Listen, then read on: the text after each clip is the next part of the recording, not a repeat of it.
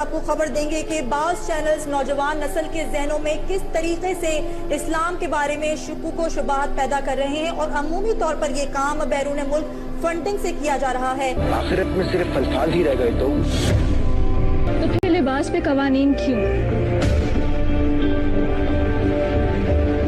اگر سب کچھ اسی نے بنایا ہے تو یہ حلال حرام غلط صحیح کی بحث کیسی؟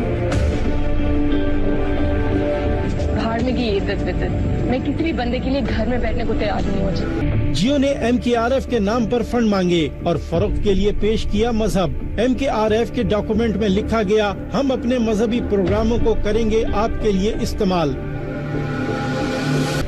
خالق کی تلاش میں روشنی اور اندھیروں میں بھٹکا مسافر انسان، ابھی اسے اور کتنا سوچنا ہے۔ اگر فنون لطیفہ کا مقصد صرف انسان کی جمالیاتی حس کو تسکین پہنچانا ہے تو پھر مذہب کا اس پر اعتراض ٹھیک ہے کہ نہیں؟ عام واقعات اگر فطری اسباب کے تحت ہی صادر ہوتے ہیں تو پھر ستاروں کی گردش قابو میں رکھنے والا کوئی خدا ہے کہ نہیں؟ السلام علیکم دوستو، میرا نام ہے حسیب شفقت اور آپ دیکھ رہے ہیں ہنسی TV.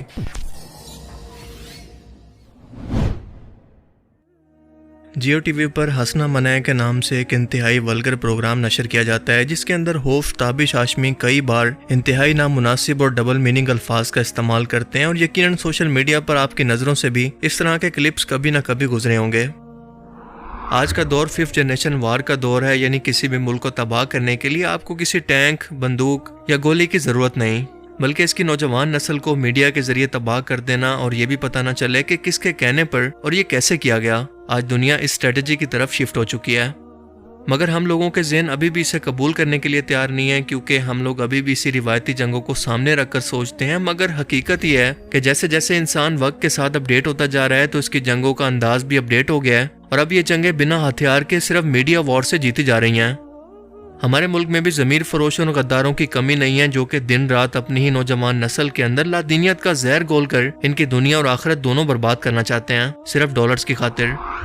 Jio media group بھی انہی میں سے ایک ہے، جو کہ فوراً فنڈنگ لے کر یوتھ کے دماغ کے اندر ایسے ایسے سوالوں کو بھر رہا ہے کہ وہ اللہ کے قانون اور اپنے مذہب پر سوال اٹھائیں، ان سے بغاوت کریں۔ اور یہ نوجوان یا بچے کیونکہ زیادہ علم نہیں رکھتے، ان کے ذہن ابھی کچے ہوتے ہیں، لہٰذا انہیں گمراہ کرنا بہت آسان ہے۔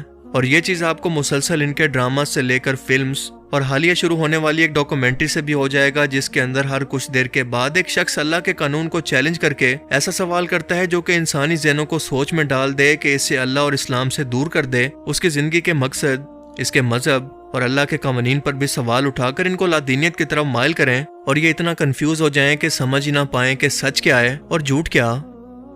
ARY نے جیو ٹی وی کے اس پروپیگنڈا کا جواب ایک رپورٹ کے اندر دے کر اس کا پردہ فاش کر دیا کہ یہ لوگ پردے کے اندر رہ کر کیسے غیر ملکی فنڈنگ سے مسلمان نوجوانوں کے ذہن کے اندر سوال اٹھا کر ان کے دماغ میں شک و شبہات پیدا کر رہے ہیں۔ اور اس رپورٹ کے اندر ان کا کہنا تھا کہ جیو نے MKRF نام کے ایک پروجیکٹ پر امریکہ سے پیسے مانگے کہ آپ ہمیں فنڈنگ دیں، اور بدلے میں ہم آپ کو دین اسلام فروغ کے لیے پیش کریں گے، اپنے نوجوانوں کے ذہن میں ایسے ایسے سوال اٹھائیں گے کہ وہ اپنے مذہب سے بغاوت کریں۔ اور ان لیک ڈاکومنٹس کے اندر یہ واضح طور پر پڑھا جا سکتا ہے کہ ہم اپنے مذہبی پروگراموں کو آپ کے ایجنڈا کے مطابق استعمال کریں گے، یعنی جیسا آپ چاہیں گے ہم ویسا پروپیگنڈا والا کنٹینٹ اپنی جنریشن کے لیے بنائیں گے۔ اور اس کے بعد ہم نے دیکھا کہ اس ٹی وی چینل پر ایک کے بعد ایک ایسے سوال اٹھنے لگے جس کے اندر اسلام اور اس کے قانون پر اعتراض اٹھایا گیا، اور یہ تصور دیا گیا کہ اس کے قانون انسانیت کے خلاف ہیں۔ جیسا کہ اس لڑکے کا سوال ہے کہ اگر میری ساری عبادتیں اگر آخرت کے اندر صرف الفاظ ہی رہ گئے تو کیا ہوگا؟ میری ساری عبادات آخرت میں صرف الفاظ ہی رہ گئے تو یعنی اگر یہ سب کچھ سچ نہ ہوا تو کیا ہوگا؟ چلیں اسی طرح کا سوال میں ان لوگوں سے کرتا ہوں کہ اگر یہ سب کچھ سچ ہوا تو آپ کے پاس خود کو بچانے کے لیے کیا ہوگا؟ کیا آپ کے پاس کوئی آپشن باقی رہ جاتا ہے؟ اب ذرا اس سوال کی سنگینی کا اندازہ لگانے کی کوشش کریں کہ اگر سب کچھ اللہ نے بنایا ہے تو یہ حلال اور حرام کی تمیز کیسی؟ اگر سب کچھ اسی نے بنایا ہے تو یہ حلال حرام غلط صحیح کی بحث کیسی؟ افسوس کہ ایک مسلمان ریاست کہلانے والے ملک کے اندر یہ سب کچھ دکھایا جا رہا ہے، یہ کوئی غیر مسلم نہیں ہے۔ یہ سوال تو دین کی بنیاد کو ہی ختم کر دیتا ہے کہ اللہ کی شریعت، اس کے احکام کو چیلنج کرنا، یہ سب تو اسلام کے دشمن کا ایجنڈا ہے اور شیطان کا مقصد۔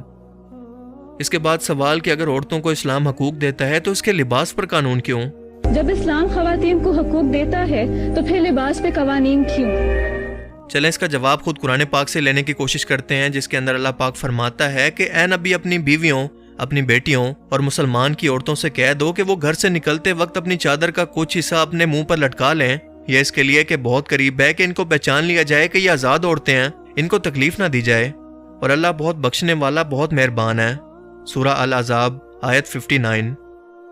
اس آیت مبارکہ سے واضح ہے کہ اللہ نے مسلمان عورتوں کو ہراسمنٹ سے بچانے کے لیے کہ ان کی پہچان ہو جائے کہ یہ مسلم عورتیں ہیں، یہ نعمت ان کو عطا کی ہے کہ ان کو معاشرے کے اندر کوئی تکلیف نہ پہنچے۔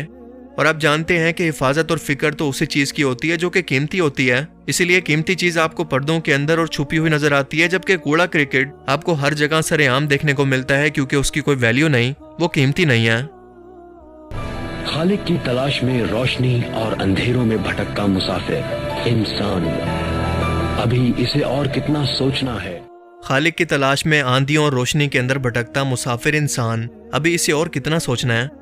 یعنی آپ اندازہ کریں کہ یہ بتانا چاہ رہے ہیں کہ انسان اپنی زندگی خالق کی موجودگی کی تلاش کے اندر بھٹک کر ضائع کر رہا ہے۔ اس کی زندگی کا مقصد دراصل دنیا داری کے اندر رہ کر عیش کرنا ہے، اپنی مرضی کی زندگی گزارنا ہے، لیکن یہ خالق کی تلاش کے اندر اپنی زندگی کو بے تکی سوچ کے پیچھے بالکل برباد کر رہا ہے۔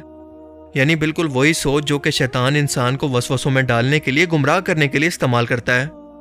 کیا واقعی اپنے خالق کو پہچاننے کے علاوہ انسان کی زندگی کا کوئی اور مقصد بھی ہے؟ انسان کو تلاش کرنے کی ضرورت ہی کیا ہے، کیونکہ اللہ تو خود قرآن کریم کے اندر فرماتا ہے کہ ہدایت گمراہی سے واضح طور پر الگ ہو چکی ہے۔ سورہ البقرہ آیت 256۔ یعنی اگر آپ ارادہ کریں گے تو اللہ کی ہر ایک نشانی آپ کو آہستہ آہستہ اس کے قریب کر دے گی، آپ کو گمراہی اور اندھیروں سے نکال کر ہدایت کی روشنی کی طرف لے جائے گی۔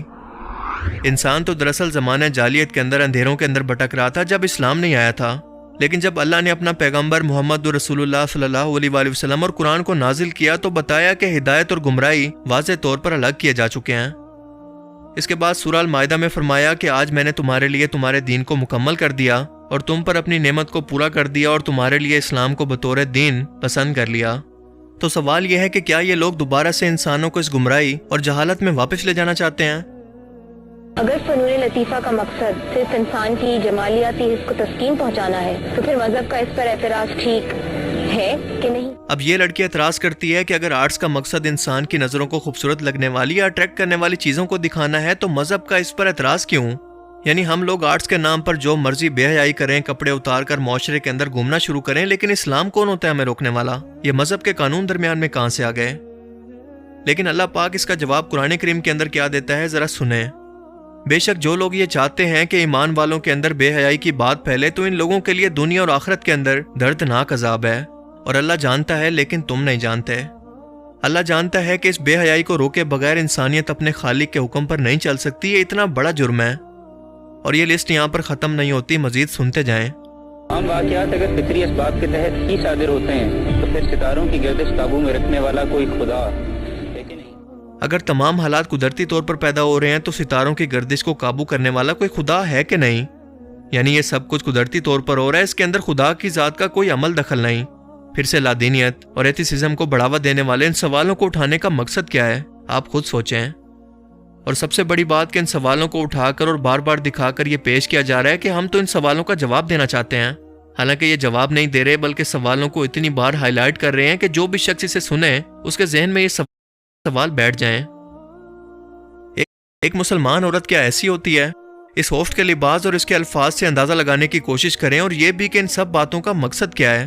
کہ دنیا میں جب ہم آتے ہیں تو یہ بہت ضروری ہے کہ ہم اپنے آگے کے لیے جب دنیا سے چلے جائیں گے اس کے لیے بہت ساری اچھے کام کر لیں تاکہ ہم ہیون میں جائیں۔ لیکن میرا اپنا خیال ہے کہ اس سے بھی زیادہ ضروری یہ ہے دوستوں کہ ہم دنیا کو ایسے کام کریں اور ایسے کام دے کے جائیں کہ دنیا کو خود جنت بنائیں، بجائے اس کے کہ دنیا کے بعد کی جنت پہ بھروسہ کیا جائے، ہے نا؟ نوجوان لڑکیوں اور ماؤں کو یہ کیا سکھانا چاہتی ہیں؟ کیا چینل کو اس کی سنگینی کا احساس نہیں؟ دنیا کے بعد کی جنت کو چھوڑو، وہ کس نے دیکھی ہے؟ جتنی آج زندگی بچی ہے اس کے اندر عیش کر لو، یہی اصلی زندگی ہے۔ اس کے علاوہ عورتوں کو کیوں پیدا کیا گیا، ذرا اس عورت کی زبانی سن لیں۔ اگر ہم نہ ہوتے تو آگے بھڑک رہی ہوتی، ہم کو ٹھنڈا کرنے کے لیے یار، ہم کو ٹھنڈا کرنے کے لیے یار، ہم نہ ہوتے تو آپ لوگوں کی پیاس کون بجھاتا، تو آپ لوگوں کی پیاس کون بجھاتا؟ شرم سے ڈوب مرنے کا مقام ہے ہمارے لیے۔ اس کے علاوہ اس چینل پر ڈراموں کے اندر جو کچھ بے حیائی دکھائی جا رہی ہے اس پر تو گھنٹوں بات کی جا سکتی ہے، لیکن اس پر پھر کبھی بات کریں گے۔ لیکن آپ اندازہ لگانے کی کوشش کریں کہ اس جیسے نہ جانے کتنے فورن فنڈنگ کے پروگرام صبح و شام آپ کے بچوں کا برین واش کر رہے ہوں گے، لیکن آپ کو اس بات کا احساس تک نہیں۔ اس میڈیا وار کے ذریعے نہ صرف فحاشی پھیلائی جا رہی ہے بلکہ اپنے لوگوں کو اللہ کی بغاوت کے خلاف بھی اکسایا جا رہا ہے، اس لیے خود کو اور اپنے گھر والوں کو اس فتنہ سے جتنا ہو سکے بچائیں۔ اللہ تعالیٰ ہمیں سمجھنے کی اور نیک عمل کرنے کی توفیق عطا فرمائے، آمین۔